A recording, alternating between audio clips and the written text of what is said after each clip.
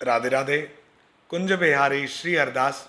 आज हम सभी पुरुषोत्तम मास महात्म की संपूर्ण कथा के अंतर्गत 29वें अध्याय की कथा का श्रवण करेंगे। आप सब अपना ध्यान बांके बिहारी जी महाराज के श्री चरणों में केंद्रित करें और इस कथा का रसपान करें।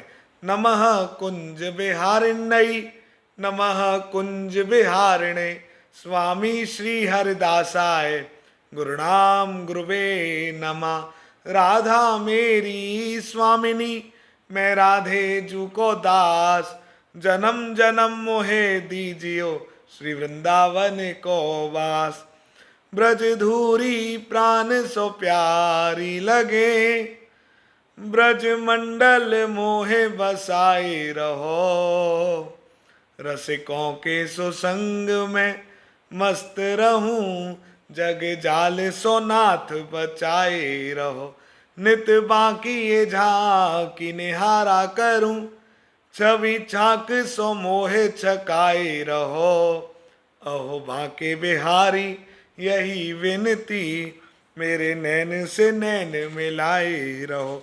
बोलिए श्री बांके बिहारी लाल की जय। उस कदर्प के ऐसे वचन सुनकर दूत बोले, क्या तुमने बड़ा भारी कार्य नहीं किया? हे प्रभु, सबसे उत्तम मास आपको नहीं मालूम? यह पुरुषोत्तम मास नाम से विष्णु जी का प्रिय है और महापवित्र है। उसमें तुमने ऐसा तप किया है जो देवताओं को भी नहीं प्राप्त हो सकता। हे महाराज, वन में बंदर की देह में तुमने इसका प्रभाव नहीं जाना।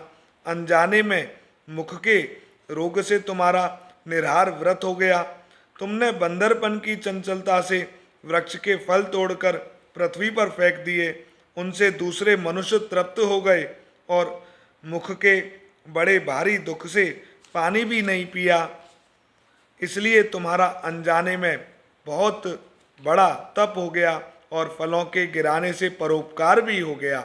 तीर्थ में 5 दिन स्नान भी किया। इसी से पुरुषोत्तम मास में तुम्हारा स्नान का फल भी हो गया।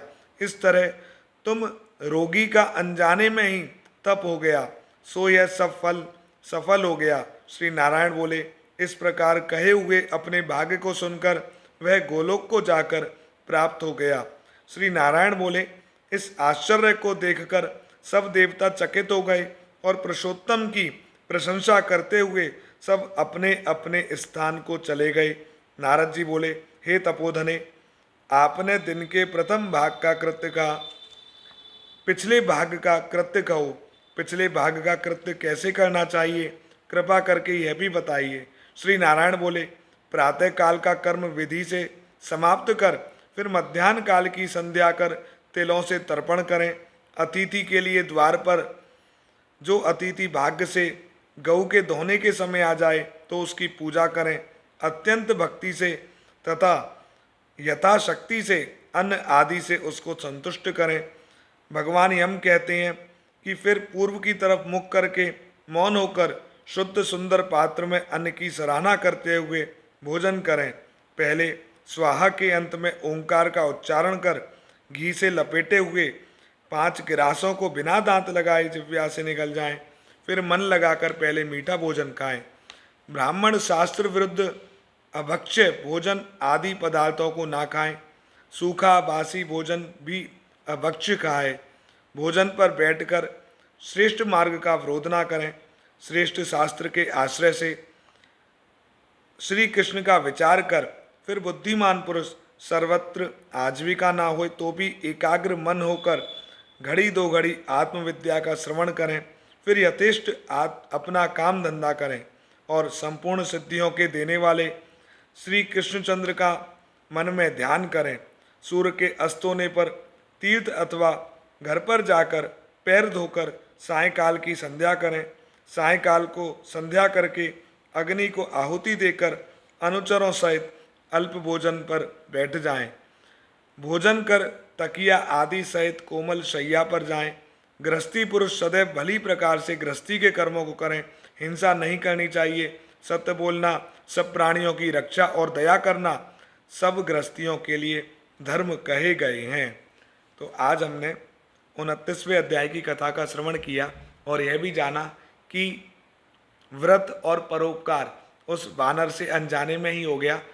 तो आप सब भी, कोई भी कार्य हो, परोपकार परम आवश्यक है। हमारे द्वारा यदि किसी का कुछ भला होता है तो वो भी अपने आप में कई गुना फल हमको प्रदान करता है। श्री बांके बिहारी जी महाराज से यही प्रार्थना करें कि हमारे द्वारा कभी किसी का अहित ना हो, कभी किसी के हृदय को ठेस ना पहुँचे, सब हमारी तरफ से संतुष्ट रहें और सभी खुश रहें, सभी प्रेम से रहें। यही प्रार्थना बांके बिहारी जी महाराज के श्री चरणों में है। श्री कुंज बिहारी श्री हरदास। कल हम सभी 30वें और 31वें अध्याय की कथा का श्रवण करेंगे और इसी के साथ पुरुषोत्तम मास का पूरा जो महात्म्य है वो पूर्ण हो जाएगा।